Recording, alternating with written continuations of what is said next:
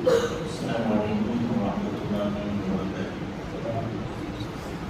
الحمد للہ رب العالمین، والصلاة والسلام علی سید الانبیاء والمرسلین نبینا محمد وعلی آلہ وصحبہ اجمعین، اما بعد۔ قال اللہ عز وجل: انا نحن نزلنا الذکر وانا له لحافظون۔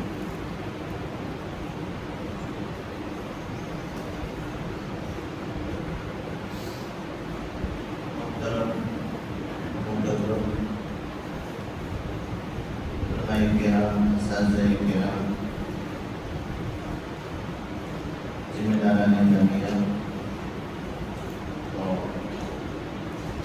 ہمارے بہت ہی عزیز دل کے قریب کرنا، آپ سے ملنا، آپ سے گفتگو کرنا، اس کو ایسے رہنے دیجیے، آواز مت بڑھائیے۔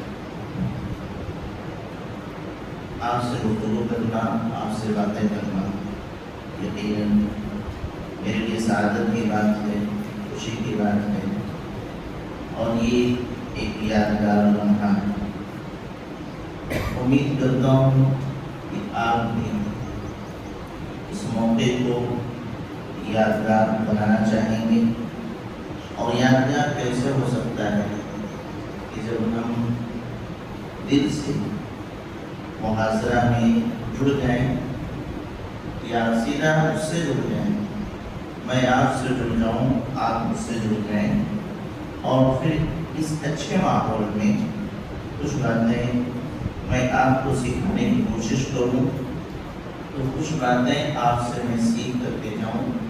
یہ اگر ماحول ہے انشاءاللہ ہمارے لیے یہ لمحہ، یہ موقع ایک یادگار موقع ہوگا انشاءاللہ العزیز۔ امید ہے کہ آپ اس کے لیے تیار ہیں۔ ہیں تیار؟ سچ میں کیسے مانوں؟ یقین دلائیے کہ ہم تیار ہیں۔ اس کے لیے ایک مرتبہ سب کو کھڑا ہونا ہے، اور جب کہوں گا تب بیٹھنا ہے۔ سارے بھائی کھڑے ہو جائیں۔ میں اپنا استقبال نہیں کرا رہا ہوں، در حقیقت میں اس سستی، اس غفلت کو دور کرنا چاہتا ہوں۔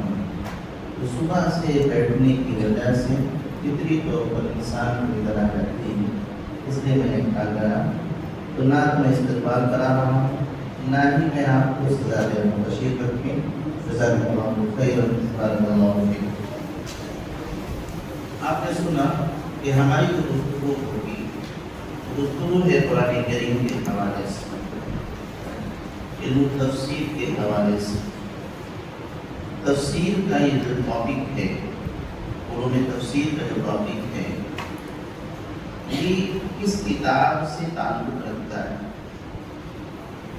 یعنی ہمیں علم تفسیر کی ضرورت کس کتاب کے لیے پیش آتی ہے؟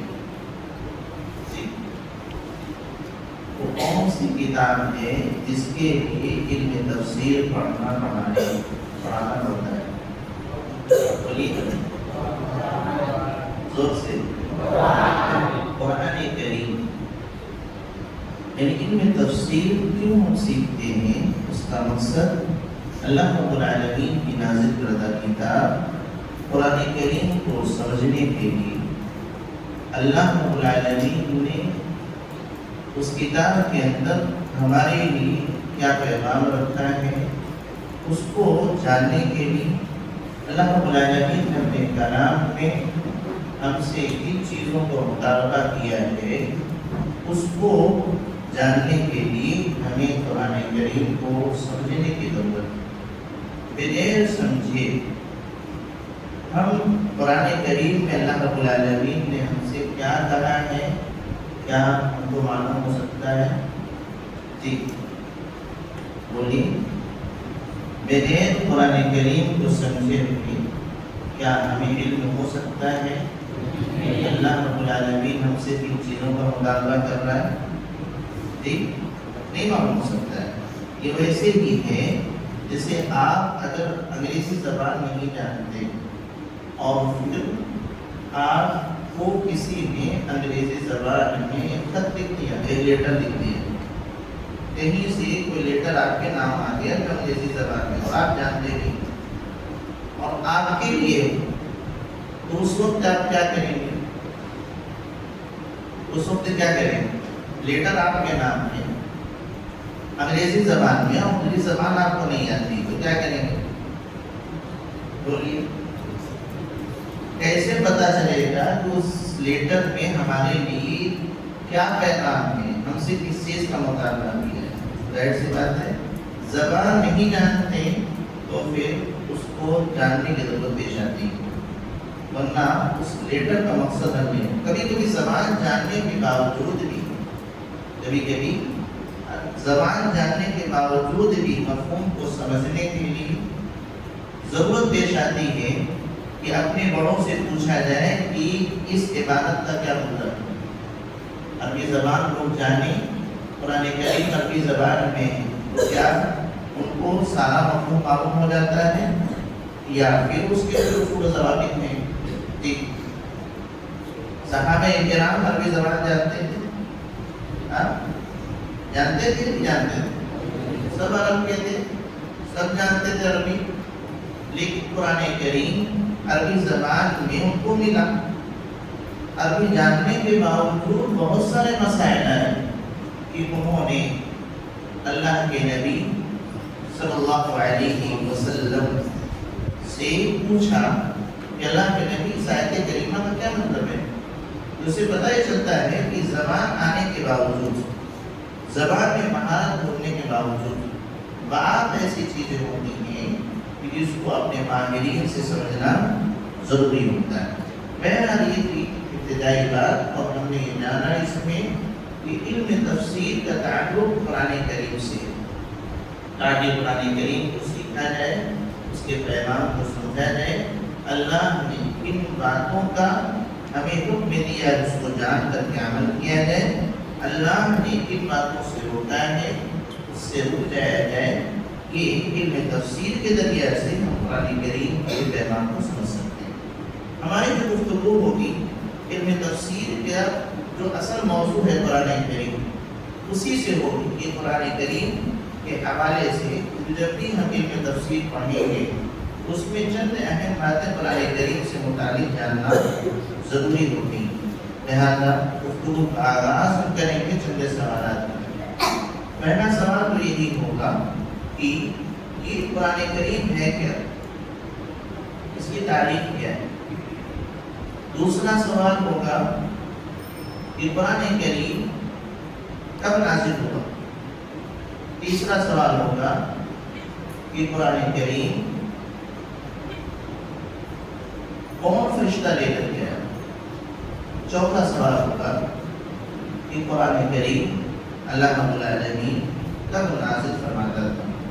یہ چار سوالات کی روشنی میں ہماری گفتگو آگے بڑھے گی، اور جس میں میں مکمل طور سے آپ کی مشارکت چاہتا ہوں کہ آپ اس میں شریک رہیں گے، کیونکہ میں نے شروع میں کہا کہ میں صرف سکھانے نہیں آیا بلکہ کچھ سیکھنے بھی آیا۔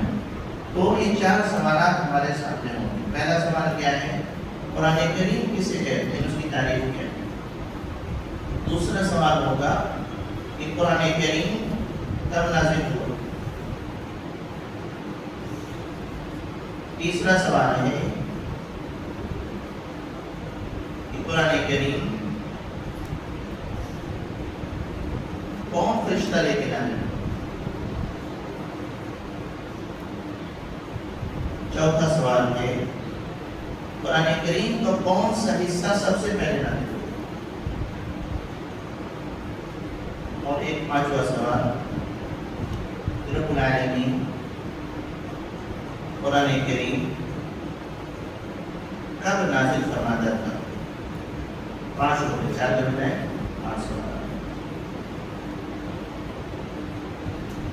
انہی سوالات کے جوابات ہمیں تلاشنے اور دلائل کے ساتھ۔ قرآن کریم، پہلا سوال ہمارا، قرآن کریم کسے کہتے ہیں، یعنی قرآن کریم کی تعریف کیا ہے، کسے کہتے ہیں قرآن کریم۔ قرآن کریم کسے کہتے ہیں؟ جی آپ جانتے ہیں، اچھی طریقے سے جانتے ہیں، اس کو الفاظ میں ڈھالنا ہے۔ قرآن کریم کی جو تاریخ اہل علم نے کی، میں لوگ کی تاریخ چھوڑ رہا ہوں آسانی کے لیے۔ کلام اللہ تعالی المنزل على رسوله محمد صلی اللہ علیہ وسلم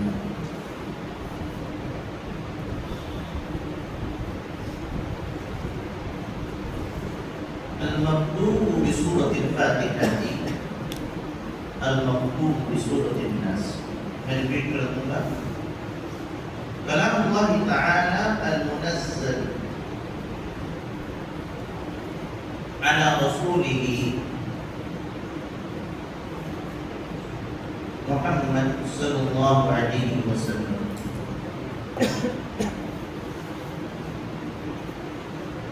المبدوء بسورة الفاتحة، لکھا ہے المبدوء بسورة الفاتحة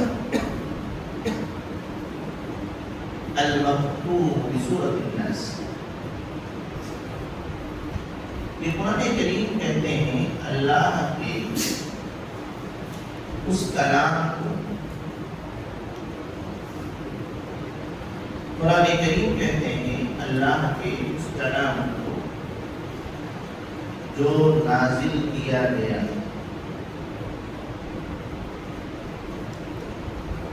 علی رسولہ محمد صلی اللہ علیہ وسلم، اللہ کے رسول محمد صلی اللہ علیہ وسلم پر۔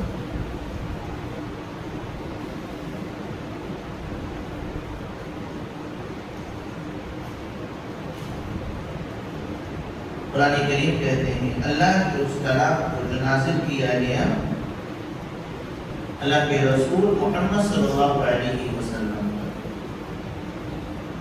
جس کی شروعات ہوتی ہے سورۃ الفاتحہ سے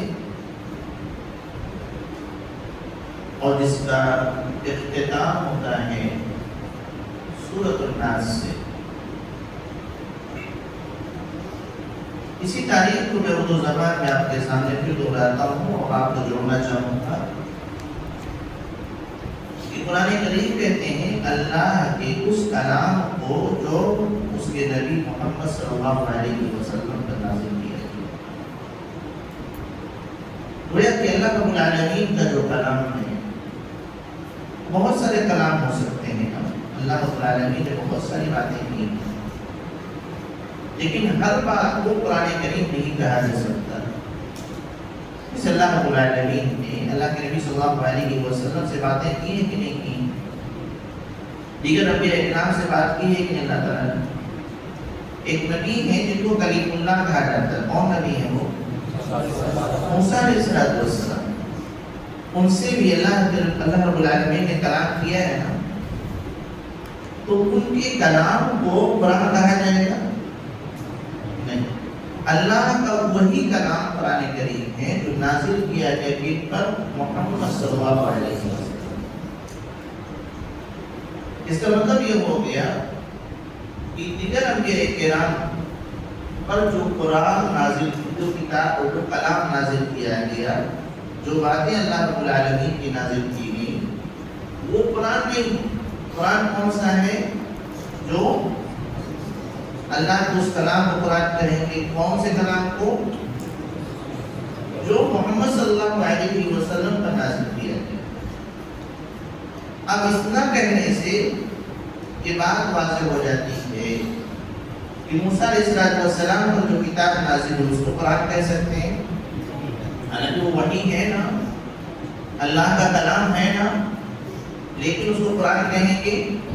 نہیں کہیں گے۔ اس کا کیا نام ہے؟ تورات۔ عیسیٰ علیہ السلام پر بھی اللہ کا کلام نازل ہوا ہے، تو اس کو قرآن کہیں گے؟ نہیں۔ کیوں؟ اس لیے کہ قرآن کے لیے ضروری ہے، قرآن اسی کو کہیں گے جو جو آخری نبی محمد صلی اللہ علیہ وسلم کا نازل ہوا۔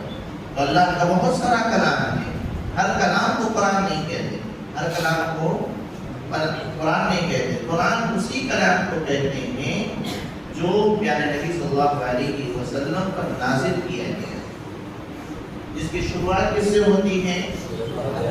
سورۃ الفاتحہ سے، جس کا اختتام کس پر ہوتا ہے؟ سورۃ الناس۔ اس تاریخ کو کون دہرا سکتا ہے؟ جی اللہ رب العالمین کو پناہ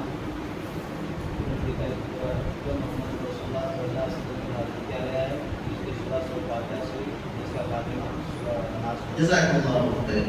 قرآن کی تاریخ ہمیں معلوم ہے، قرآن کہتے ہیں اللہ کے اس کلام کو جو محمد صلی اللہ علیہ وسلم پر نازل کیا گیا ہے، اور جس کی شروعات سورۃ الفاتحہ سے اور جس کا اختتام سورۃ الناس پر ہوتا ہے۔ اللہ رب العالمین نے اس کے لیے دلیل دی، قرآن اللہ کا کلام ہے۔ قرآن کی تعریف جو کی گئی ہے، اس میں ایک تو یہ کہ اللہ کا کلام ہونا چاہیے، دوسرا یہ کہ محمد صلی اللہ علیہ وسلم کو وہ نازل کیا گیا۔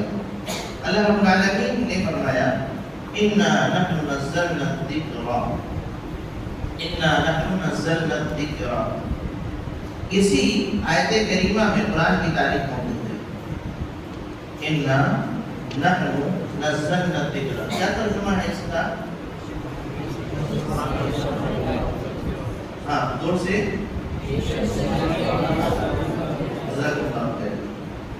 یقیناً ہم نے ذکر نازل فرمایا، اِنَّا نَزَّلْنَا الذِّكْرَ وَإِنَّا لَهُ لَحَافِظُونَ، اور ہم ہی اس کی حفاظت کرنے والے ہیں۔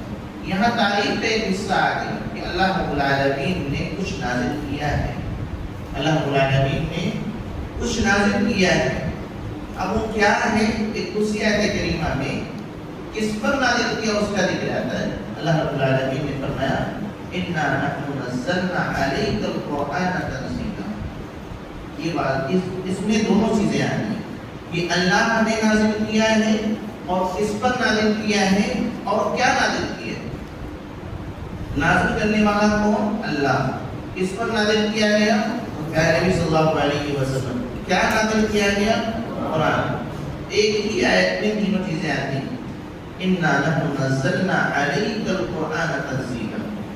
اللہ فرماتا ہے یقیناً ہم نے نازل کیا، اللہ کی جانب سے ہو گیا، علیہ کا آپ پر، یعنی محمد صلی اللہ علیہ وسلم پر، کیا؟ القرآن۔ کیا نازل کیا؟ یعنی اس آیت کریمہ کو یاد رکھیں، سورہ انسان یعنی سورہ دہر کی آیت کریمہ 23 میں اللہ رب العالمین نے ان تینوں چیزوں کو اکٹھا کر دیا کہ قرآن کو ہم نے نازل کیا ہے۔ کس پر نازل کیا؟ آپ پر، یعنی محمد صلی اللہ علیہ وسلم پر، اور اسی طریقے سے کیا نازل کیا؟ قرآن کریم نازل کیا۔ آیت کریمہ لکھ لیا آپ نے، جس کے اندر پوری تعریف آ جاتی ہے، اِنَّا نَحْنُ نَزَّلْنَا الذِّكْرَ اِنَّا نَحْنُ نَزَّلْنَا عَلَيْكَ الْقُرْآنَ تَنزِيلًا اِنَّا نَحْنُ نَزَّلْنَا عَلَيْكَ الْقُرْآنَ تَنزِيلًا۔ اس میں نہیں ہوئی یہ قرآن کس زبان میں؟ عربی زبان۔ اس کا مطلب دوسری کسی زبان میں اگر قرآن کا مفہوم لکھا رہے تو قرآن ہوگا، کسی اور زبان میں قرآن کا مفہوم لکھ دیا جائے، ترجمہ کر دیا جائے تو قرآن ہوگا، یعنی ترجمہ ہے کہ وہ قرآن ہے۔ یہ صحیح بات ہے؟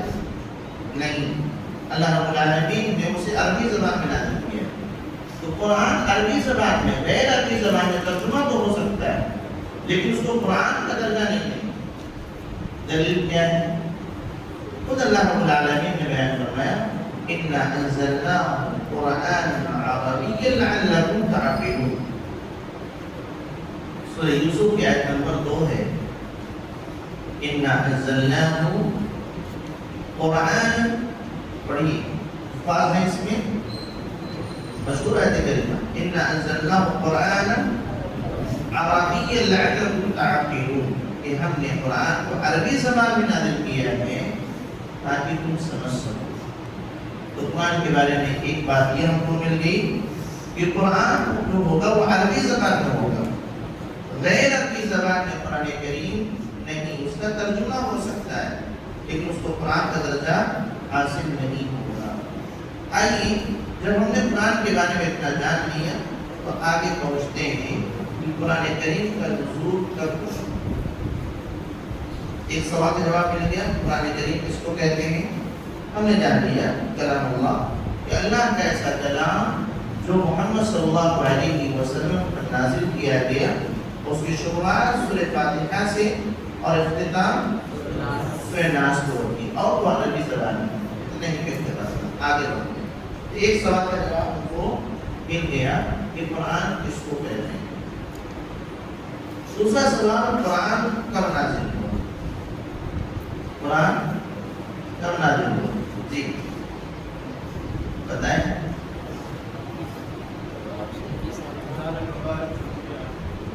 رمضان مبارک کب؟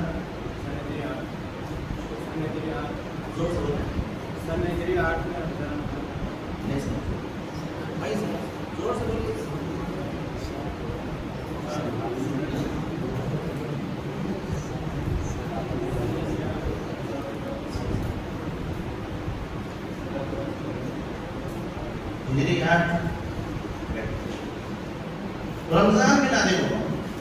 آئیے ایک بات ہم سمجھنا چاہیں، اگر کوئی کہہ دے کہ قرآن کریم رمضان میں نازل نہیں ہوا، کسی اور مہینے میں نازل ہوا، کیا جواب ہوگا؟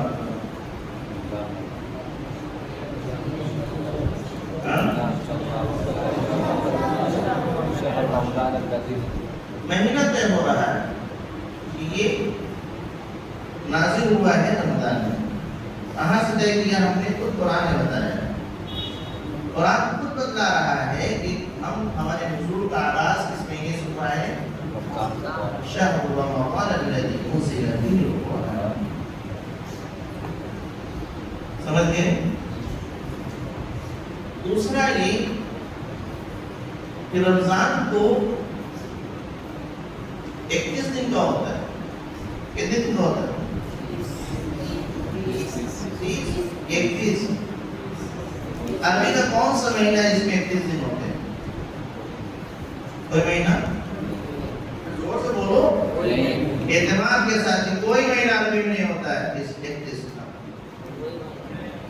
30 یا 29 کا ہوتا ہے، 30 یا قرآن رمضان میں نازل ہوا ہے، لیکن کب؟ پہلے رمضان کو، دوسرے کو، تیسرے کو، چوتھے کو، پانچویں کو، چھٹے کو، ساتویں کو، آٹھویں کو، پھر کب؟ اللہ رب العالمین نے کہا کہ یہ قرآن رات میں نازل ہوا۔ اس میں نازل ہوا ہے رات میں نازل ہوا۔ ایک جگہ اللہ رب العالمین نے فرمایا اِنَّا أَنزَلْنَاهُ فِي لَيْلَةٍ مُبَارَكَةٍ إِنَّا كُنَّا مُنذِرِينَ، کہ ہم نے اس کو ایک بابرکت رات میں نازل کی ہے تاکہ آپ لوگوں کو آگاہ کرنے والے ہو جائیں۔ اِنَّا كُنَّا مُنذِرِينَ، ہم ہی ڈرانے والے ہیں، آگاہ کرنے والے ہیں۔ اِنَّا أَنزَلْنَاهُ فِي لَيْلَةٍ مُبَارَكَةٍ، ہم نے قرآن کو کب نازل کیا ہے؟ رات، بابرکت رات ہے۔ اللہ فرماتا ہے یقیناً ہم آگاہ کرنے والے ہیں۔ اب طے ہو گیا کہ بابرکت رات کب ہے؟ رمضان مہینہ، رمضان مبارک۔ اب وہ بابرکت رات کون سی ہے؟ شب قدر، اسی کو لیلۃ القدر کا دلیل کیا ہے؟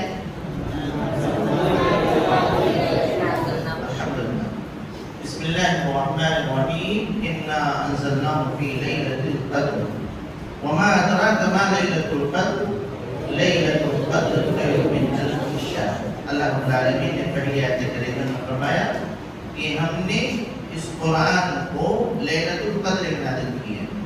اب یہاں سے یہ بات طے ہو جا رہی ہے کہ قرآن کے نزول کب ہوا ہے؟ رات میں ہوا ہے، اور پھر اس کے بعد کس مہینے میں؟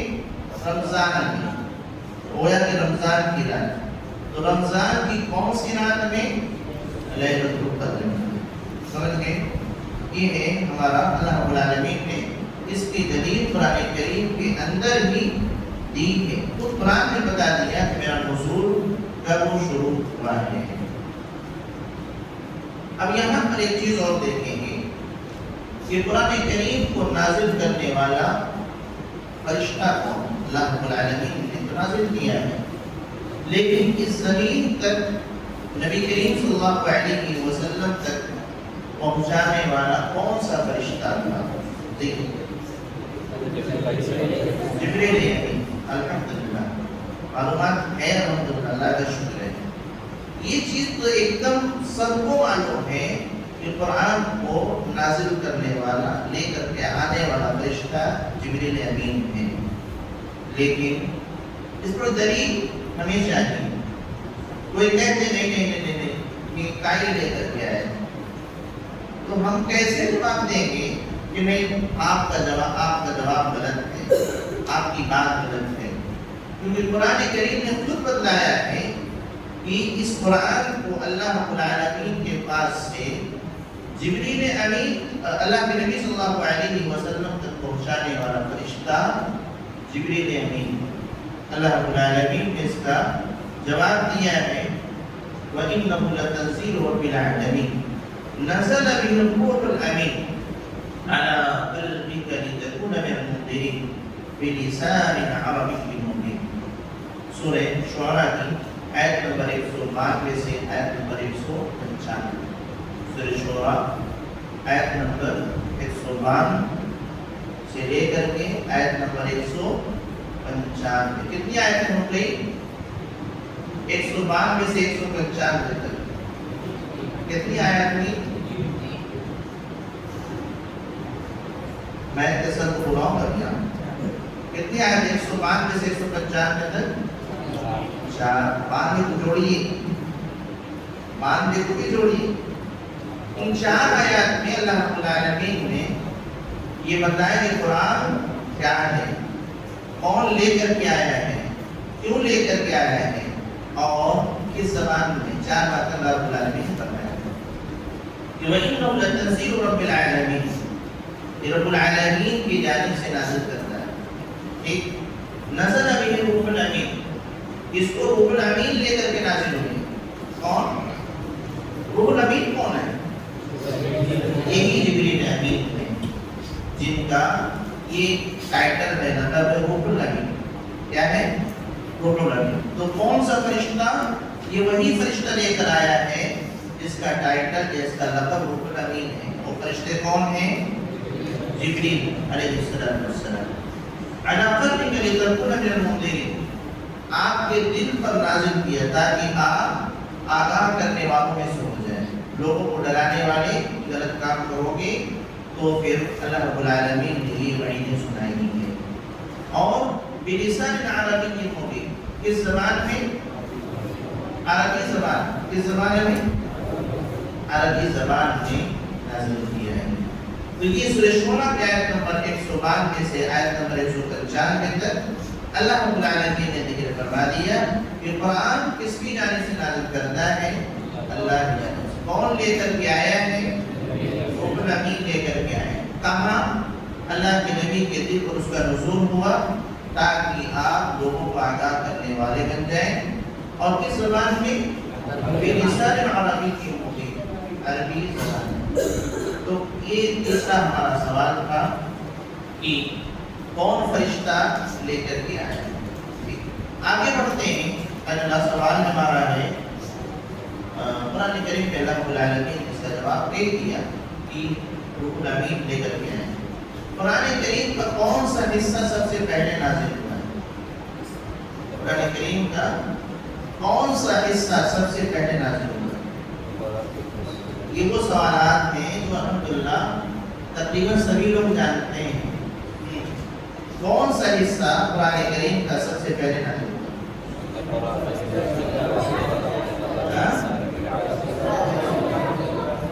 اس پر اس میں اپنی بات یہی نا. کتنی آیت نازل ہوئی؟ 5. آئیے حدیث میں سناتا ہوں. حضرت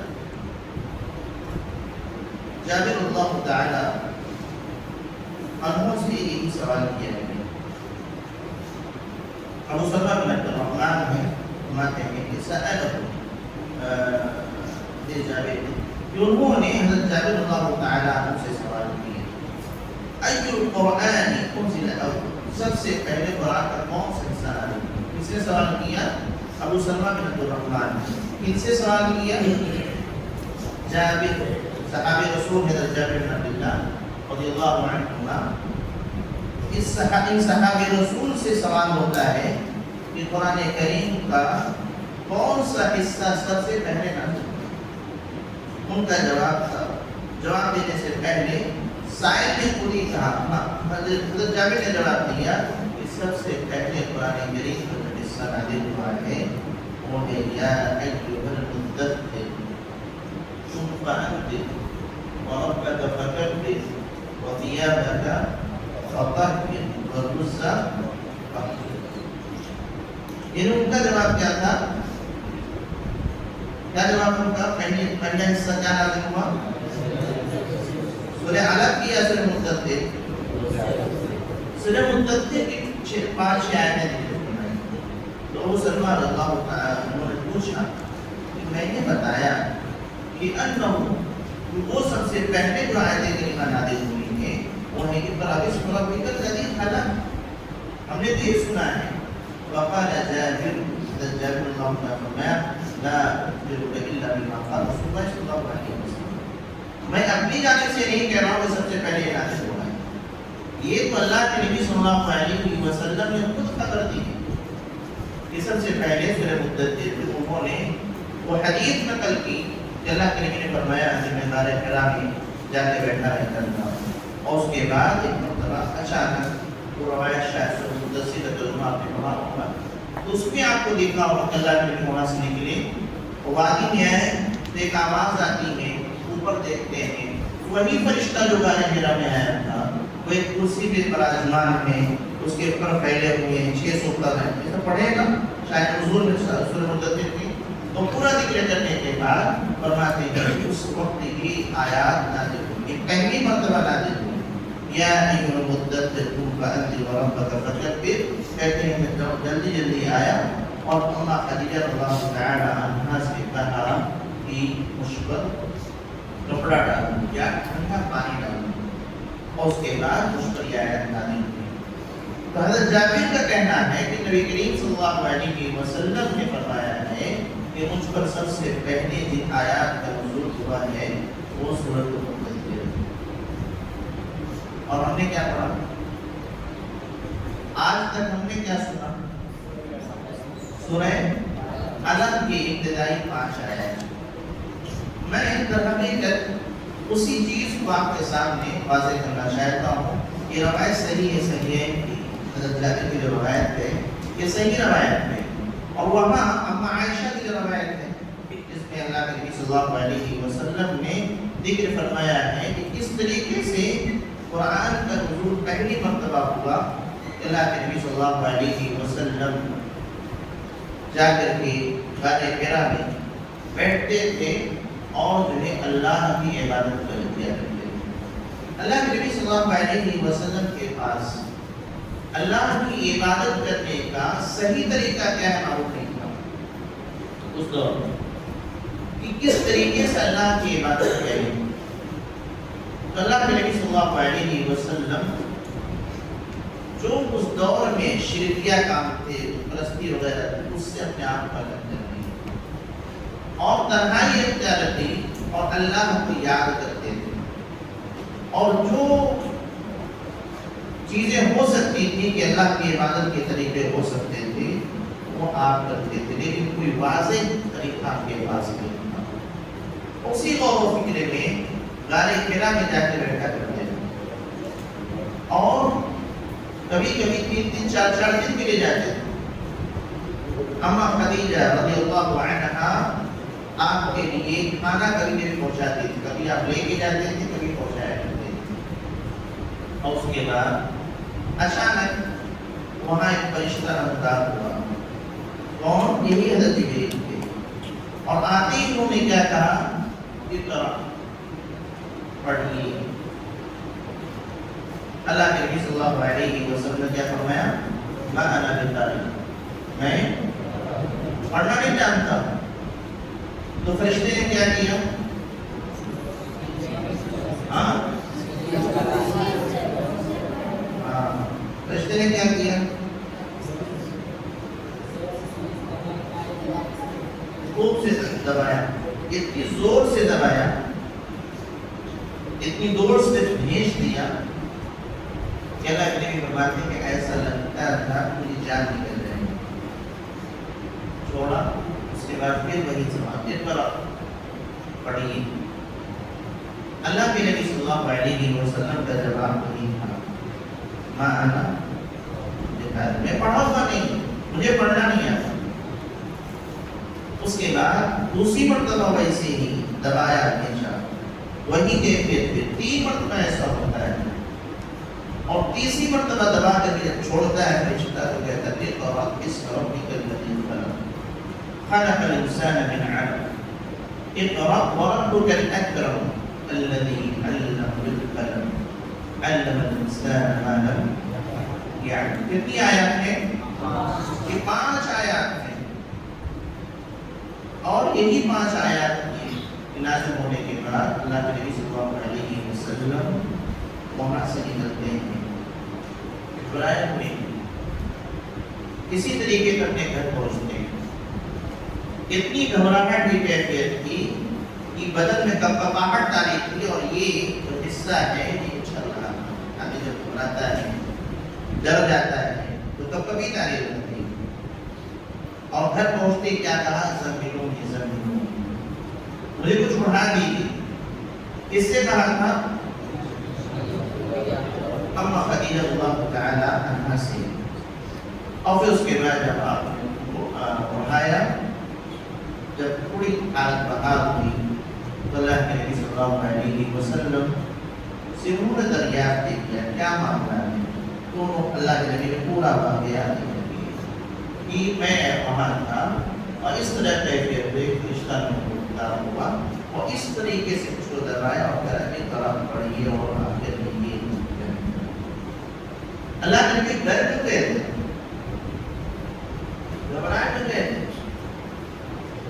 یہ تمام چیزیں نئی نہیں تھی. اللہ کے نبی وہ فرشتہ بھی نیا تھا اللہ کے نبی کے لیے, اور اس کا دبانا خطرناک ہی تھا. اللہ کے نبی بولا کہ ایسا لگتا ہے جان نکل جائے گی. یہ پورا ایک نیا ماحول اللہ کے نبی کے سامنے. ٹھیک ہے, تو پورا روایت ہمارے سامنے بھی ہے, اور صحیح روایت تسمیہ بھی ہوئی ہے کہ جس میں سب سے پہلے قرآن کا کون سا حصہ نازل ہوا؟ اقرأ باسم ربک الذی خلق, 5 آیات. اور حضرت جابر کی بھی روایت ہے جس میں اللہ کے نبی کے حوالے سے آپ ذکر کروا رہے ہیں, یہ بھی صحیح ہے کہ روایت ہے کہ سب سے پہلے یا ایھا المدثر. کیا تطبیق ہے دونوں میں؟ حقیقت دونوں میں تطبیق یہ ہے. پہلے اس منظر سمجھیں کہ سب سے پہلے نزول کے اعتبار سے سورہ علق کی ہی ابتدائی 5 آیات ہیں, اور اس کے بعد ایک لمبا گیپ گیا تاریخ کہ اللہ کے نبی پر وحی آنا بند ہو گئی. اللہ کے نبی بھی پریشان ہیں, سوچتے ہیں کیا تھا, کیوں وحی نہیں آ رہی, کیونکہ اس کے ذریعے سے اللہ سے تعلق قائم ہوتا ہے, حوصلہ ملتا ہے. اللہ رب العالمین کی جانب سے کچھ ملے, آدمی انتظار ہوتا ہے. ایک لمبا وقفہ گزرا کہ کوئی وحی نہیں آ رہی. اچانک پھر وہ فرشتہ ظاہر ہوتا ہے. وہ روایت آپ نے پڑھی ہے سارے نزول میں کہ اللہ کے نبی وادی سے گزر رہے, فرشتہ آسمان میں وغیرہ وغیرہ, پھر وہ 5 آیات. یہ ایک ترتیب ہے. تو اس کو تو پہلے نازل ہوئی, وہ تو ہمارے پاس سورہ مدثر کی 5 آیات کو کیوں کہا گیا سب سے پہلے یہ نازل ہوئی؟ در حقیقت ابتدائی جو 5 آیات ہیں سورہ علق کی, اس میں اللہ کے نبی صلی اللہ علیہ وسلم صرف نبی بنایا گیا تھا, کسی کام کرنے کا حکم نہیں دیا گیا تھا کہ آپ اس کی تبلیغ کیجیے, مشورے ارشاد کیجیے. اس کا حکم اس میں نہیں پڑھ لیجیے. اقرأ باسم ربک الذی خلق خلق الانسان من علق اقرأ وربک الاکرم الذي علم بالقلم علم الانسان ما لم يعلم. اس میں کہیں ہے کیا کہ لوگوں کو بتلائیے کہ میں نبی بنایا گیا ہوں؟ کہیں ہے کیا کہ لوگوں کو ڈرائیے؟ نہیں، اس میں بتایا جا رہا ہے کہ اپنے اس رب کے نام سے پڑھیے جس نے پیدا کیا. اس رب الذی خلق الانسان من علق، جس نے انسان کو خون کے لوتھڑے سے پیدا کیا. اقرأ وربک الاکرم، پڑھیے اس رب کے نام سے جس جو بہت ہی معزز ہے. اقرأ وربک الاکرم الذی علم بالقلم، جس نے قلم کے ذریعے سے علم دیا. علم الانسان ما لم يعلم، اور انسان کو باتیں سکھلائی وہ جو نہیں جانتا تھا. اس میں کہیں اللہ کے نبی کو حکم نہیں دیا گیا کہ آپ تبلیغ کریں. پہلی مرتبہ جن آیات میں آپ کو حکم دیا گیا کہ آپ اب اٹھ جائیے، لوگوں کو آگاہ کیجیے، سورہ مدثر ہے. یا ایھا المدثر، اے کپڑا اٹھنے والے، تم کھڑے ہو جائیے. فانذر، لوگوں کو ڈرائیے. اور ربک فکبر، اپنے رب کی تکبیر بیان کیجیے. وَفَجْر، گندگی سے بچیے، شرک سے بچیے. یہی نا، وَلَا تَمْنُنْ تَسْتَكْبِرْ، احسان نہ جتلائیں، ہے نا. یہاں قم فانذر سے اللہ کے نبی صلی اللہ علیہ وسلم کی ذمہ داری بتا دی گئی. یہ اب آپ کو بیٹھنا نہیں ہے، آپ کو کھڑے ہونا ہے اور اس فریضے کو انجام دینا ہے کہ گمراہی میں مبتلا اس قوم کو بتانا ہے کہ اگر گمراہی کی اس راہ پہ چلے تو پھر تمہارے لیے اتنا خطرناک بندوبست رب العالمین نے کر رکھا ہے. پھر نبی صلی اللہ علیہ وسلم یہیں سے کھڑے ہو گئے تو پھر کبھی بیٹھے نہیں. مراد اس کام کو لے کر کھڑے ہوئے تو کبھی اس کام کو ترک نہیں کیا. تو یہ فرق ہے کہ ابتداءً تو 5 آیات نازل ہوئی ہیں، لیکن جہاں سے نبی کریم صلی اللہ علیہ وسلم کو نبوت کا اعلان اور لوگوں کو تبلیغ کا حکم دیا گیا ہے، سب سے پہلے کون سی ہے؟ سورہ مدثر. یعنی ابتدائی 5 آیات سورہ علق کی یہ اللہ کے نبی صلی اللہ علیہ وسلم کی رسالت نبوت کے لیے، دوسرا نبوت کے لیے، اور دوسرا جو 6 آیات ہیں سورہ مدثر کی، یہ سب سے پہلے اس معنی میں ہے کیونکہ یہیں سے نبی کریم صلی اللہ علیہ وسلم کو حکم ہوتا ہے کہ لوگوں کو بتائیں کہ میں نبی ہو چکا ہوں اور میری یہ ذمہ داری ہے اور میں اللہ کی جانب سے پیغام پہنچا رہا ہوں. اللہ کی بات مانیں. سمجھ میں آیا؟ پر دونوں صحیح روایتیں ہیں، دونوں میں کہا گیا سب سے پہلے یہ. کیسے آپ تطبیق دیں گے؟ ہاں، تطبیق کیا ہے؟ سورہ علق کی 5 آیات گویا کہ آپ کی نبوت کا اعلان ہے نا.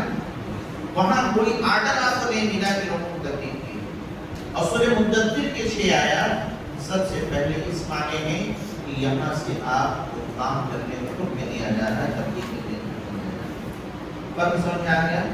تطبیق دیا جائے گا.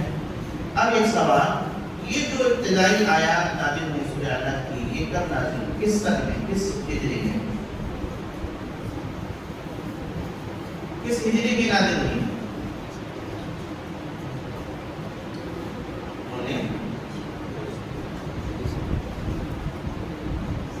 کس ہجری میں نازل ہوئی؟ پہلی، دوسری، تیسری، چوتھی؟ ہجرت سے پہلے نازل. ہاں، ہجرت سے پہلے نازل. یعنی کوئی ہجری نہیں. جزاک اللہ خیر. اسی جانے میں ذہن میں آنا چاہتا تھا.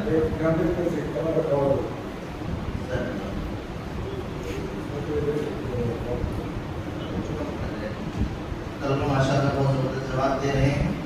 2 ہی ہیں، میں بھی نہیں کہا. تو بہرحال تو یہ اللہ کے نبی صلی اللہ علیہ وسلم پر پہلی وحی نازل ہوئی. یہ اس وقت نازل ہوئی ہے جب آپ مکہ میں تھے، آپ کی عمر 40 سال ہو گئی تھی. لہذا اس کے 13 سال کے بعد آپ نے ہجرت کیا. پھر ہجری سال کا آغاز یہاں سے ہوتا ہے. تو کبھی بھی اس دھوکے میں ہم کو نہیں پڑنا چاہیے کہ یہ ہجری سن میں نازل ہوئی، بلکہ کیا مکی دور میں نازل ہوئی ہے. یا آپ کہہ سکتے ہیں کہ جب اللہ کے نبی صلی اللہ علیہ وسلم کی عمر 40 سال کی تب اس کا نزول ہوا ہے. سمجھ گئے؟ جس وقت آپ نے ہجرت وغیرہ نہیں کی تھی، ہجری 17 بعد میں ہوا۔ چلیے کوئی سوال ہو تو پوچھ سکتے ہیں درمیان میں۔ آگے بڑھتے ہیں۔ اللہ رب العالمین قرآن کریم کا نزول کتنے دنوں میں کیا ہے؟ کوئی بتا سکتا ہے؟ 23 سال، یعنی ایک ہی مرتبہ میں نازل نہیں کیا نا۔ پھر یہ بات کہی جاتی ہے کہ قرآن کریم کو نزول رمضان میں ہوا ہے، لیلۃ القدر میں ہوا ہے۔ کیا مطلب اس کا؟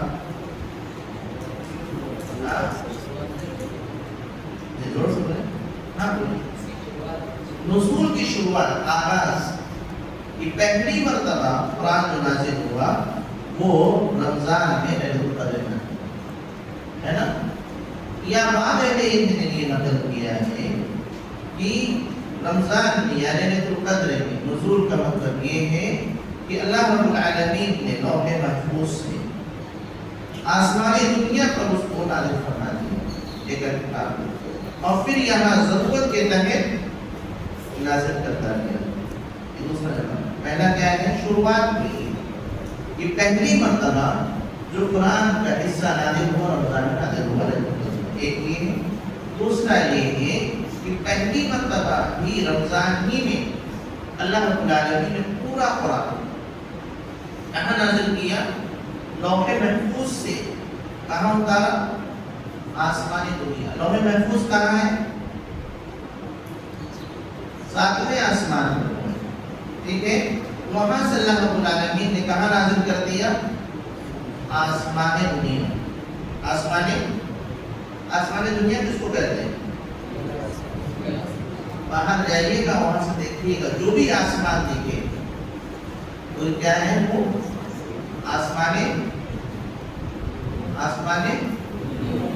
دنیا، یعنی دنیا کے قریب آسمان جو سب سے قریب یہ والا ہے جو اپنے کو دکھتا ہے۔ تو اللہ رب العالمین نے سب سے پہلے قرآن کریم کو جو نازل کیا، ایک جواب اس کا یہ ہے کہ ابتدا رمضان میں کیا، پھر اس کے بعد نازل کرتا ہے۔ دوسرا یہ ہے کہ لوح محفوظ سے اس کو نازل کر کے کہاں اتار دیا؟ آسمان دنیا پر، اور پھر یہاں ضرورت کے تحت نازل ہوتا ہے، ٹھیک ہے۔ اب یہاں پر دو چیزیں ہم کو سامنے رکھیں۔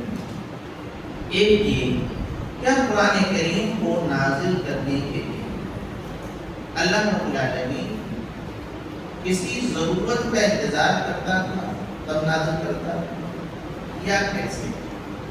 اس سلسلے میں اہل علم نے دو کیٹیگری بنائی کہ قرآن کا کچھ حصہ ایسا ہے جو ابتدائی طور پر نازل ہوا ہے، نزول ابتدائی اس کو بولتے ہیں۔ کیا بولتے ہیں؟ نزول ابتدائی، نزول ابتدائی۔ اور دوسرا حصہ ہے جو نزول سببی، کسی سبب کی وجہ سے، نزول ابتدائی اور نزول سببی۔ ابتدائی میں وہاں کوئی سبب موجود نہیں ہے، بس اللہ رب العالمین نے اس کو نازل کیا ہے۔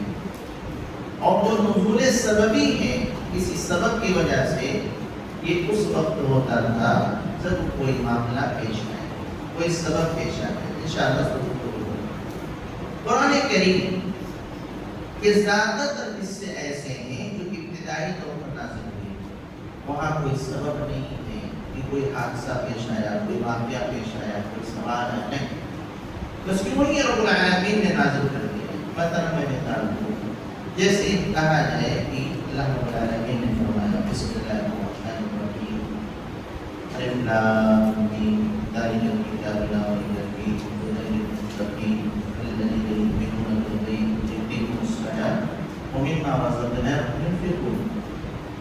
اب اس میں کوئی سبب نہیں، اللہ رب العالمین یہ پیغام پہنچا دیا، یعنی اس کے پیچھے کوئی واقعہ نہیں ہے کہ کوئی واقعہ پیش آیا تو قرآن کی آیت نازل ہوئی۔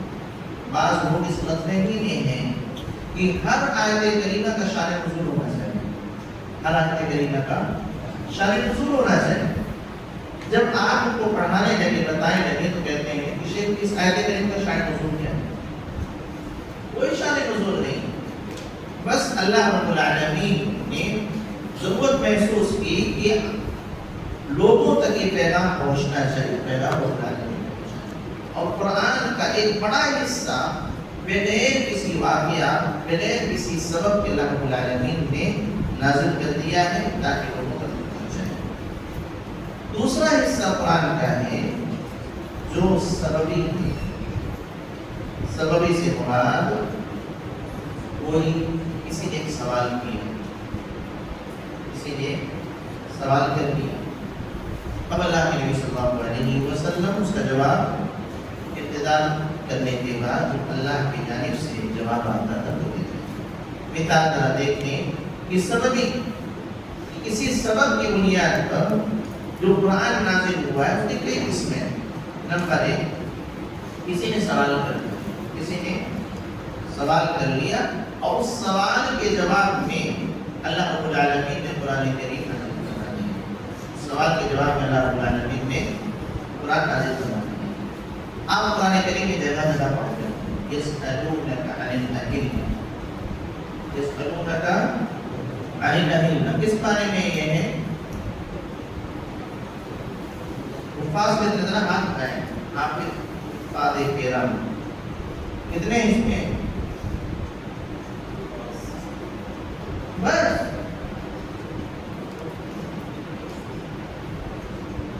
کیسے مفسر بنیں گے؟ مفسر بننے کے لیے حافظ کو نظر ہوتی ہے، ٹھیک ہے؟ کچھ پانے دور سے کرتے ہوں گے آپ کو، ہر سال کتنا رہتا ہے اس میں؟ ایک پارا، دو پارا، کون سا پارا؟ اما پارا اور 29واں پارا چھوڑ کے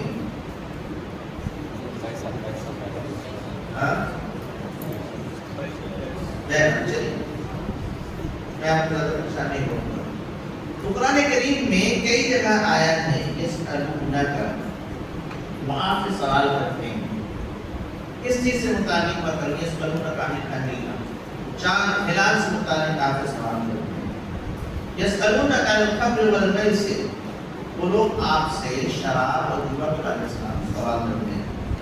یسألونک عن المحیط، وہ لوگ حیضہ عورتوں کے حوالے سے سوال کرتے ہیں۔ اور اسی طرح یستفتونک، آپ سے فتویٰ طلب کرتے ہیں۔ قد سمع اللہ قول الذی تجادلک فی زوجہا، پڑھیں ہیں ترجمہ پڑھیں اس کا کیا ہے اس منظر اس کا؟ یہ خاتون تھی، اللہ کے نبی صلی اللہ علیہ وسلم کے پاس ہے نا، قد سمع الله قول التي تجادلك في زوجها وتشتكي إلى الله والله يسمع تحاوركما إن الله سميع بصير۔ اللہ فرماتا ہے کہ قد سمع الله قول التي، اللہ العالمین اس خاتون کی بات کو سن لیا۔ کون سی خاتون؟ تشتکی، جو آپ سے اپنے شوہر کی شکایت کر رہی اور آپ سے وہ بحث کر رہی تھی، بتائیے بتائیے بتائیے بتائیے، لیکن آپ خاموش سے بتایا نہیں۔ ان کے معاملہ یہ تھا کہ ان کے شوہر نے ان سے زہار کر لیا تھا۔ زہار اس دور میں طلاق کی ایک شکل تھی۔ خیر میں ادھر نہیں جانا چاہتا۔ تو اللہ رب العالمین اس کی بات سن لیا، قد سمع اللہ قول التي تجادلک فی زوجہا، جو اپنے شوہر کے بارے میں آپ سے بحث کر رہی تھی، وتشتکی الی اللہ، اور اللہ رب العالمین سے شکوہ کر رہی ہے۔ اللہ کے نبی صلی اللہ علیہ وسلم کے پاس وہ خاتون آئی اور کہا اللہ کے نبی میرے شوہر نے مجھ سے زہار کر لیا، میں نے طلاق جیسی چیز کی، یعنی جدائی ہو جائے گی، کیا کروں؟ اللہ کے نبی صلی اللہ علیہ وسلم نے جواب نہیں دیا، جواب نہیں دیا۔ کیوں نہیں دیا؟ کیوں جواب نہیں دیا آپ نے؟ اللہ کے نبی صلی اللہ علیہ وسلم سے خاتون سوال کر رہی ہے، بتائیے جواب دیجیے۔ اللہ کے نبی جواب نہیں دیا، کیوں نہیں دیا؟ ہاں بولیے، اس کا علم اللہ کے نبی کے پاس نہیں، ایسا ہو سکتا ہے کیا؟ ایسا ہو سکتا ہے کہ اللہ کے پاس علم نہ ہو؟ بولیے بولو ہاں جی جی ہو نا. اللہ کے عالم الغیب تو نہیں تھے نا؟ پھر ہاں نہیں ہو سکتا ہے. جو علم اللہ دے گا وہی رہے گا. اس پر ڈٹ کے بولو ہاں ہر چیز کا علم اللہ کے نبی کے پاس نہیں. ڈرنے کی بات نہیں ہے, گستاخی بھی نہیں. کیونکہ خود اللہ کے نبی صلی اللہ علیہ وسلم اپنے آپ کے تئیں مانتے تھے کہ ہر چیز تمہیں پاس ہے نہیں. اس بنیاد پر اس خاتون کے سوال کا اللہ کے نبی جواب دے رہے تھے واللہ یسمع تحاورکما. اللہ فرماتا ہے کہ اللہ آپ دونوں کی گفتگو سن رہا ہے. اما عائشہ فرماتی ہیں چھوٹا سا کمرہ ہے. اما عائشہ کا جو کمرہ تھا آج اس میں صرف 3 قبریں آئی ہیں. کتنی قبر آئی ہیں؟ 3. کتنی کس کی قبر اس میں ہے؟ اللہ کے نبی کی ہے, صدیق کی ہے, اور چوتھی جگہ ہے ہی نہیں. حالانکہ اما عائشہ چاہتی تھی کہ اس میں میں رہوں, میری بھی قدر وہاں بنے. ٹھیک فرماتی ہیں کہ میں اس کونے پر ہوں اور وہ خاتون اس کونے پر بیٹھ کر کے اللہ کے نبی سے گفتگو کر رہی. میں نہیں سن پا رہی ہوں کہ وہ خاتون کیا بات کر رہی ہے, لیکن اللہ رب العالمین ساتھ کو آسمان کے اوپر رہتے ہوئے اس کی بات کو سن لیا اور پھر وہاں سے جواب حاصل کیا. پھر اللہ کے نبی صلی اللہ علیہ وسلم نے بتایا. تو قرآن کا اگلا جو حصہ ہے یہ پورا الذین یظاہرون منکم من نسائہم ما ہن امہاتہم وغیرہ, ان 4 آیات ہیں. اس سبب سے نازل ہوا ہے, سوال کے سبب سے. کیوں نازل ہوا ہے؟ ایک سوال پیش آیا تھا, اس سوال کے جواب میں اللہ رب العالمین نے نازل کیا ہے نا. تو نزول سببی یعنی کسی سبب کے بنیاد پر قرآن کا جو حصہ نازل ہوا ان میں سے ایک ہی سوال اللہ کے نبی کے پاس آتے تھے اور اللہ کے نبی صلی اللہ علیہ وسلم کے پاس اس کا علم جب تک اللہ رب العالمین نہ دے آپ جواب نہیں دیتے تھے. جب اللہ اس کا جواب نازل کرتا تھا تب جو ہے اللہ کے نبی اس کو پیش کرتے. اس طرح کے قرآن کے حصے ہیں جو سوال کے جواب اللہ رب العالمین نے. آگے بڑھنے سے پہلے ایک پیغام ہمارے لیے کیا کہ اگر ہم سے سوال ہو اور ہمارے پاس علم نہ ہو تو فوراً بول دینا چاہیے کہ مجھے نہیں معلوم, مجھے نہیں.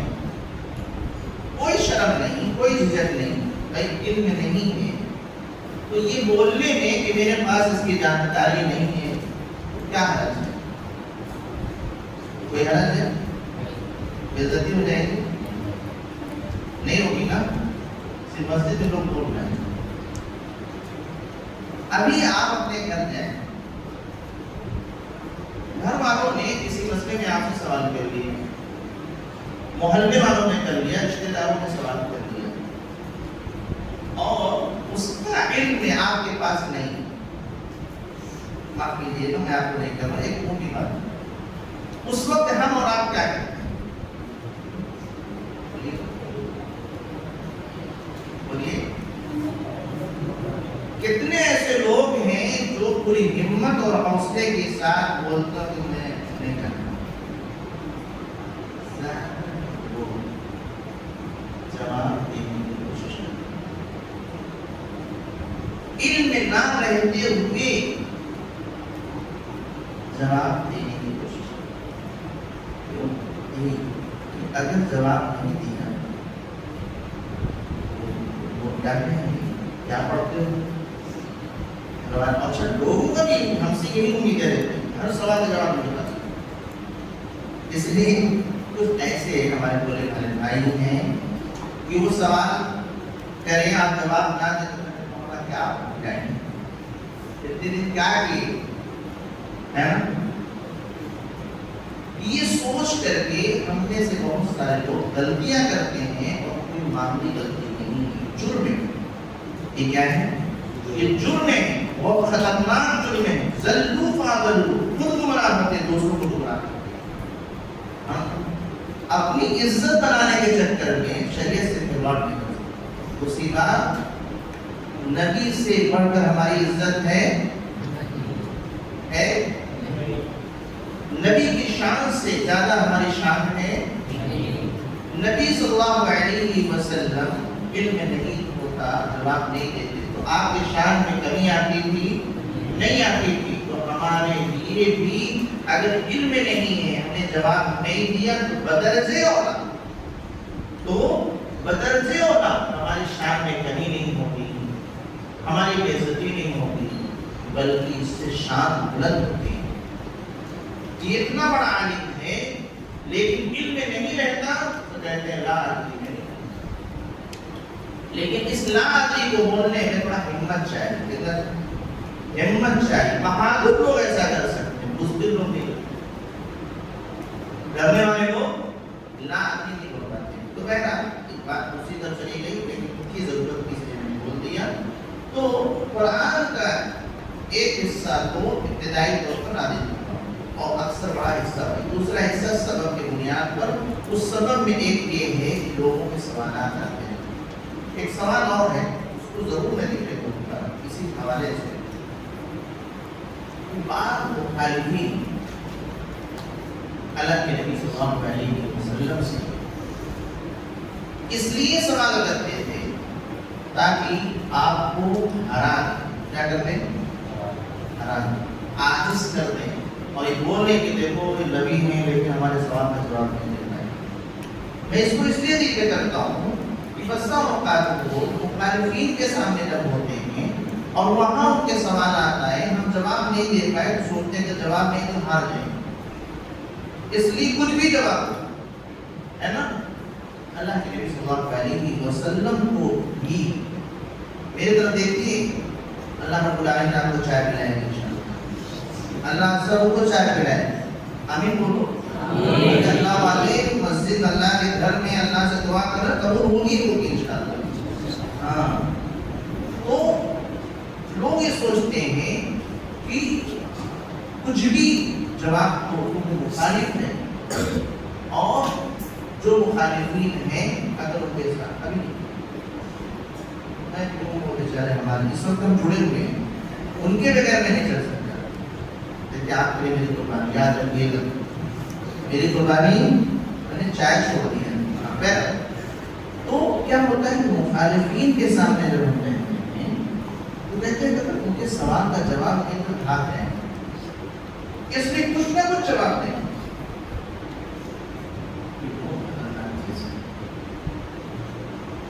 آپ جیتنے کے لیے گرچہ دین کو سربلندی کے لیے آپ جیتنا چاہتے ہو لیکن قرآن کی غلط تفسیر نہیں کر سکتے غلط مفہوم نہیں بیان کر سکتے شریعت میں.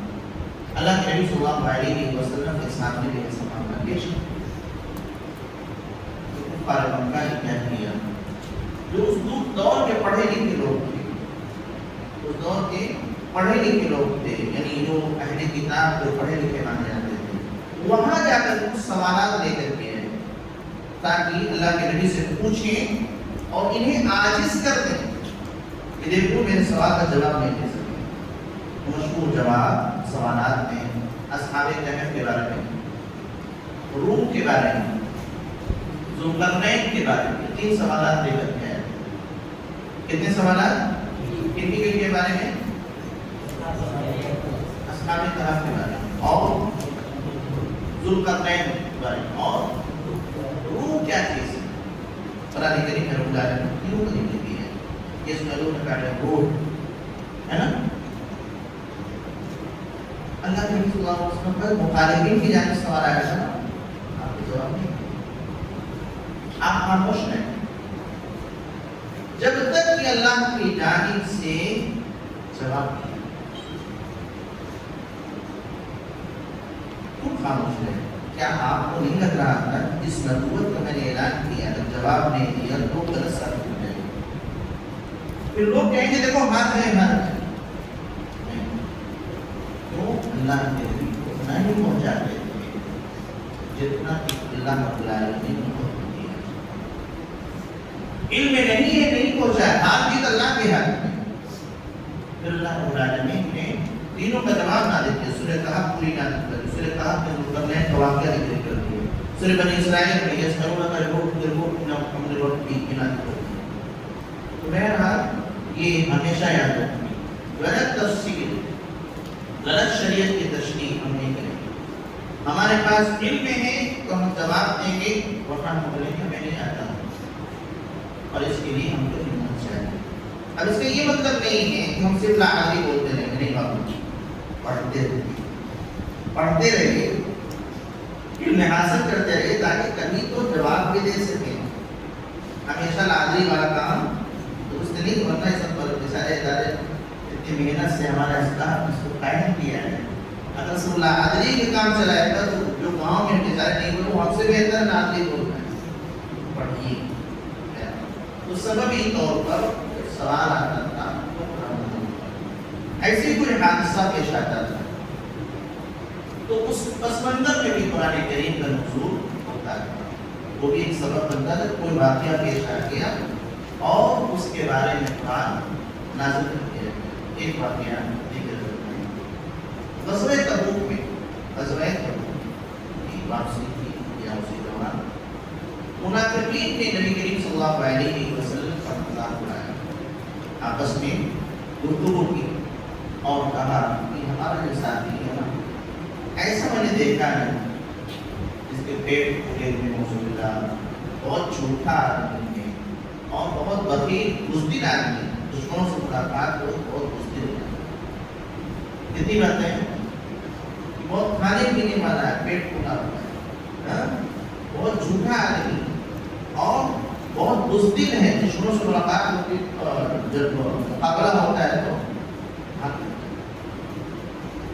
اس پر الزام لگ رہا تھا. اس پر یہ اللہ کے نبی صلی اللہ علیہ وسلم منافق نہیں کہہ رہے.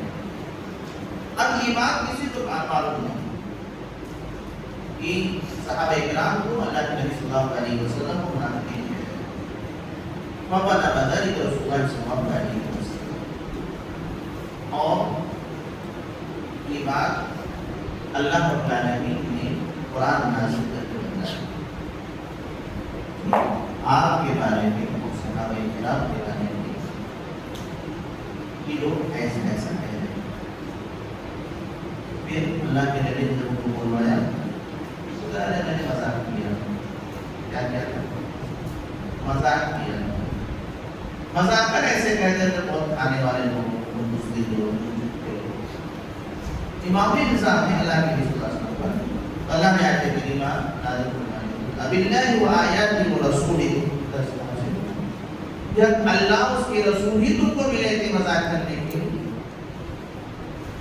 حقیقت یہ ہے کہ تم نے اللہ کے رسول کا مذاق اڑا کر کے کفریہ کام کیا ہے. لا تعتذروا اليوم تمہارا قبول نہیں ہے.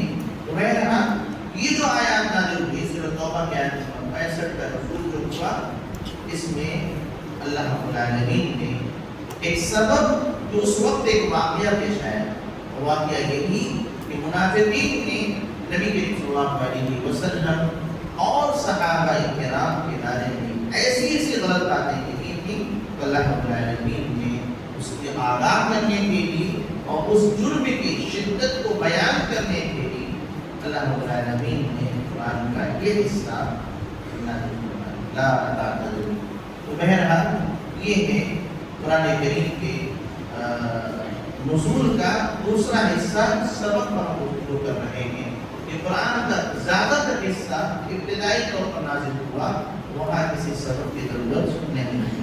لیکن اس کے علاوہ بہت سارے ایسے معاملات پیش آئے جو سبق پیش آئے اس کے بعد اللہ رب العالمین نے قرآن کریم نازل فرمایا ہے.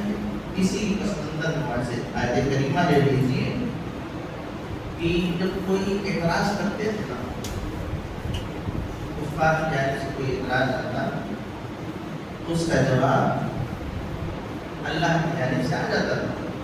یہ کفار پریشان تھے کہا کرتے تھے وقال الذين كفروا لولا نزل هذا القرآن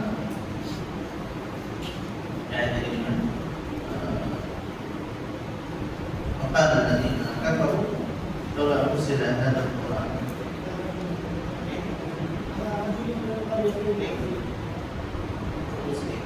یہ سورہ فرقان کی آیت کریمہ ہے، جس کا مفہوم یہ ہے کہ وہ کہا کرتے تھے کہ ایک ہی مرتبہ میں اللہ رب العالمین قرآن کو نازل کیوں نہیں کر دیتا؟ ایک ہی مرتبہ نازل کر دیں، ہم اس کو پڑھ لیں، اس کے بعد اس میں جو بھی اعتراض کی چیزیں ہیں وہ ہم پیش کر دیں۔ جزاکم اللہ خیر۔ وقال الذين كفروا لولا نزل هذا القرآن جملة واحدة، جملة واحدة، ایک ہی مرتبہ میں نازل کیا۔ کیوں؟ اس بنیاد پر کہ وہ سوچتے تھے کہ ایک مرتبہ میں پورا قرآن آ جائے، اس کو پڑھیں، اس میں غلطیاں نکالیں، اعتراض کریں اور پھر جواب اس پہ سوال کریں۔ تو قرآن تو نازل ہو گیا، اب نئی چیز آنے والی تھی، اب جواب بھی نہیں ملے گا۔ وہ پریشان تھے، اللہ رب العالمین نے اسی کا جواب دیا کہ یہ اس وجہ سے ایسا ہے کہ لنثبت به اور لولا نزل هذا القرآن وقال الذين كفروا لولا نزل عليه القرآن جملة واحدة كذلك لنثبت به فؤادك ورتلناه ترتيلا۔ اللہ فرماتا ہے اسی وجہ سے تاکہ آپ کے دل میں ثبات قدمی عطا فرما دیں کہ آپ گھبرائیں نہیں، آپ تنہا نہیں ہیں، اور یہ قرآن آپ کے دل میں مضبوطی کے ساتھ اترے، آپ آسانی سے اس کی عبادت کر سکتے ہیں۔ وَرَتَّلْنَاهُ تَرْتِيلًا، اور یہ کہ ہم اس کو دھیرے دھیرے ٹھہر ٹھہر کر کے پڑھیں۔ وَلَا يَأْتُونَكَ بِمَثَلٍ إِلَّا جِئْنَاكَ بِالْحَقِّ، اور یہ لوگ آپ کے پاس کوئی بھی اعتراض دے کر کے آئیں تو ہم اس کا جواب دے سکتے ہیں۔ یہ جو سببی ہے، نزول سببی اللہ رب العالمین نے خود بیان کیا ہے کہ اس کا فائدہ یہ ہے کہ کوئی نیا اعتراض جیسے لائیں گے ویسے ہی اللہ رب العالمین اس کا جواب دے دیں گا۔ تو میرا یہ چند باتیں میں نے آپ کے سامنے رکھی ہیں، جس میں ہم نے بنیادی طور پر یہ جانا کہ علم تفسیر کا کام قرآن کریم سے ہے، قرآن کریم کو سمجھنے سے ہے، دوسرا یہ کہ قرآن کس کو کہتے ہیں، تیسرا یہ کہ قرآن کا نزول کب ہوا ہے، پھر چوتھا یہ کہ قرآن کریم کون فرشتہ لے کر کے نازل ہوا، پانچواں یہ کہ قرآن کریم سب سے پہلے قرآن کریم کا کون سا حصہ نازل ہوا، اور چھٹی بات یہ سمجھا کہ قرآن کریم اللہ رب العالمین کب کب نازل کرتا ہے۔ اس کا جواب ملا کہ ایک حصہ بڑا حصہ یہ ہے ابتدائی طور پر نازل کیا ہے، اور دوسرا یہ ہے کوئی سبب بنتا تھا، چاہے وہ کوئی واقعہ پیش آ جائے یا سوال پیش آ جائے یا کوئی اور چیز، اللہ رب العالمین قرآن نازل فرمانے کا جزاک اللہ خیر، بارک اللہ فیک۔ اب وہ چند منٹ آپ کے سامنے ہے کہ اس درس محاضرے کے درمیان اگر آپ کو کوئی ایسی چیز جو نہ سمجھ آئے یا کوئی نئی چیز آپ پیش کرنا چاہتے ہیں، اس میں ایڈ کرنا چاہتے ہیں تو آپ پیش کر سکتے ہیں۔ میں گزار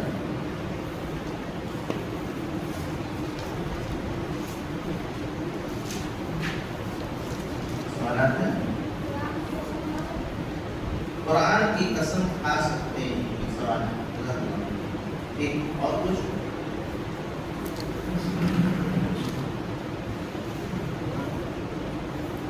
اچھا سوال ہے۔ قرآن کو چوم سکتے ہیں؟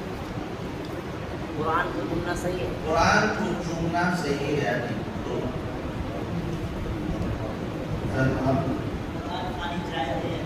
قرآن خوانی جائز ہے یا نہیں؟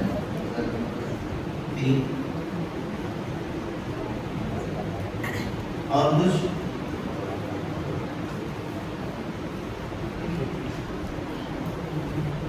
ہو گیا؟ یہ 3 سوالات ہوں گے، میں نے لے لیے۔ اس کے علاوہ جو ابھی محاضرہ پیش کیا ہے اس میں کچھ باتیں کچھ سمجھنا ہے، کچھ سمجھانا ہے۔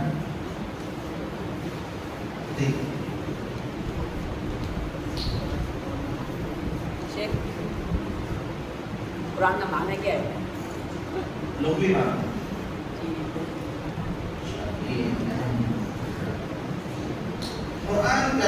معنی کیا ہے؟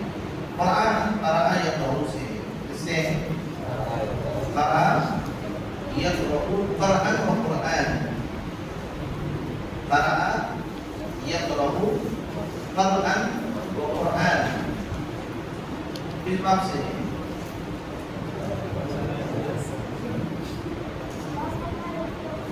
جزاک اللہ خیر بارک اللہ یہ کلام آپ ہی کہیے آئیے دور کیا ہے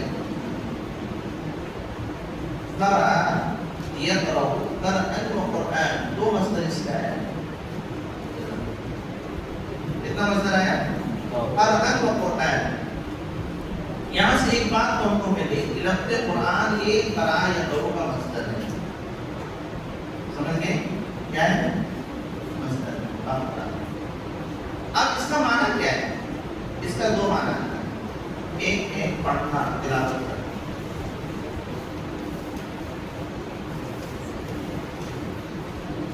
قرأ یقرأ کا ایک معنی کیا ہے پڑھنا تلاوت کرنا اور دوسرا معنی اس کا ہے جمع اکٹھا کرنا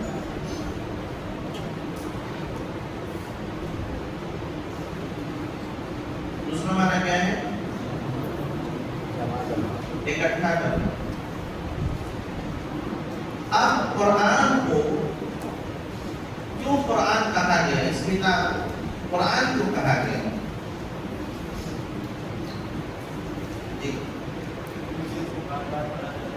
کیونکہ اس کی تلاوت کی جاتی ہے گویا کہ قرآن مصدر ہے اور اسم مفعول کے معنی میں اس معنی میں ایسا ہوتا ہے نا سادہ پڑھاتے ہوں گے کہ مصدر کبھی اس فاعل کے معنی میں کبھی اس مفعول کے معنی میں ہوتا ہے تو گویا کہ قرآن کا مطلب ہے مقروء جس کو پڑھا جائے مطلوب جس کو تلاوت جس کی تلاوت کی جائے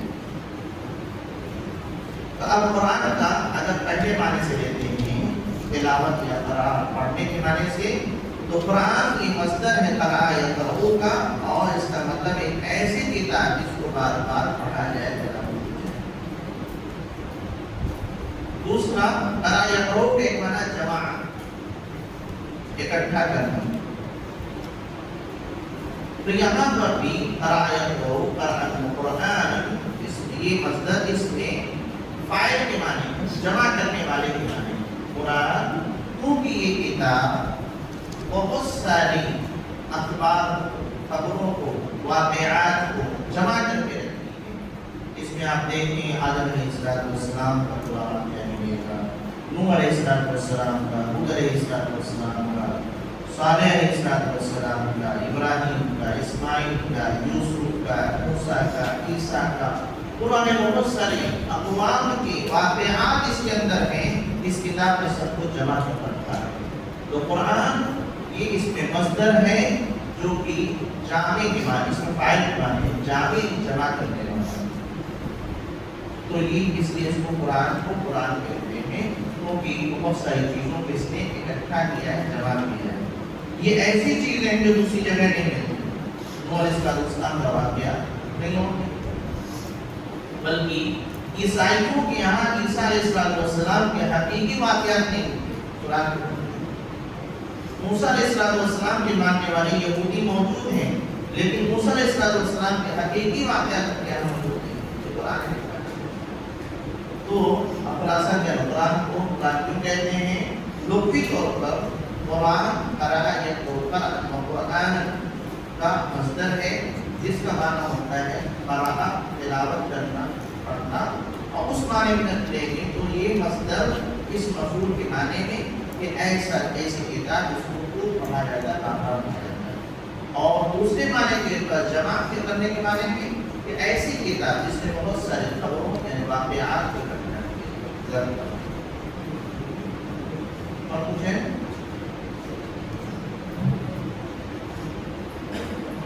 بہت بہت شکریہ امید ہے کہ آپ لوگ بہت نہیں ہوتے کتنے لوگ پریشان ہوئے احترام مت بولیے دل سے بولیں گے میں تھک گیا ہاں نہیں تھکے صحیح بولیے ورنہ پھر شروع کریں گے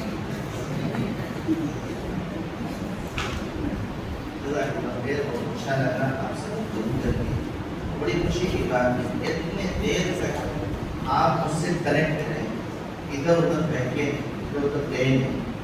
بس ایک مرتبہ ایسا ہوا کہ چائے کا معاملہ تھا اس وقت بہرحال اللہ تعالیٰ آپ کو خوب علم حاصل کرنے والا بنائے، عمل کرنے والا بنائے، قرآن کریم کو سمجھنے والا سمجھانے والا بنائے، قرآن کی تفسیر بنائے.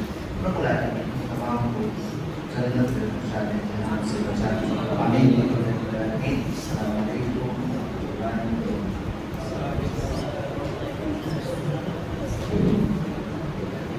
وعلیکم السلام ورحمۃ اللہ وبرکاتہ. جزاک اللہ خیرا. گفتگو اچھی لگی، ذوق نظر اچھا لگا. گفتگو اچھی لگی، ذوق نظر اچھا لگا. مدتوں کے بعد کوئی ہم سفر اچھا لگا. ہر طرح کی بے سر و سامانیوں کے باوجود کے باوجود آج وہ آیا تو مجھ کو اپنا گھر اچھا لگا. تو شیخ کا بہت بہت شکریہ. اللہ رب العالمین کی بارگاہ میں دست بدعا ہیں کہ اللہ تعالیٰ شیخ کے علم میں، عمل میں، عمر میں برکت عطا فرمائے. شیخ نے جو باتیں ہمیں بتائی ہیں ان کو اپنے سینوں میں محفوظ کرنے کی توفیق عطا فرمائے. یقیناً طویل سفر طے کر کے یہاں تک پہنچے ہیں اور ہم شیخ کا شکریہ الفاظ ادا نہیں کر سکتے. دل میں جذبات ہیں ان کو الفاظ میں بیان کرنے سے بھی قاصر ہیں. لیکن دعا کرتے ہیں اللہ تعالیٰ سے کہ اللہ تعالیٰ یہ جو تعلق ہے، دینی تعلق، اس دعا رکھے ہم ایک دوسرے سے ملتے رہیں، استفادہ کرتے رہیں، جڑے رہیں. اللہ تعالیٰ اس کی محبت کو قائم دائم رکھے. آپ لوگوں کے سامنے یہ بات بھی واضح کرنا ضروری ہے کہ انشاءاللہ یہ جو سلسلہ ہے محاضرات کا، یہ انشاءاللہ 2 دن اور چلے گا. تو آج کا یہ آخری محاضرہ ہے. اب آپ لوگوں کے لیے انشاءاللہ چھٹی ہوگی. آج کا پورا دن اور کل کا دن، کل مغرب کے بعد انشاءاللہ آپ لوگوں کے سامنے ایک محاضرہ پیش ہوگا. شیخ عبدالوہاب مدنی حفظہ پیش کریں گے مقالے کی اہمیت وغیرہ پر. تو کل مغرب بعد آپ لوگوں کو تیار ہو کر کے آنا ہے پریس وغیرہ میں. اور پرسوں جمعہ کے دن فجر کے فوراً بعد سنیچر کو پرسوں معافی، کل جمعہ ہے تو کل جمعہ کو مغرب بعد اور پرسوں سنیچر کو فجر کے فوراً بعد یہیں پر آپ کا محاضرہ شروع ہو جائے گا. تو پرسوں جب آپ آئیں گے تو فجر کی نماز کے لیے آئیں گے، اسی کو تیار ہو کے آئیں گے اور فوراً بیٹھ جائیں گے. اس کی ایک وجہ یہ ہے کہ فجر بعد ایک محاضرہ ہوگا، ایک محاضرہ ناشتے کے بعد 8:30 بجے ہوگا اور 10:30 بجے کے بعد آپ لوگوں کا امتحان ہوگا.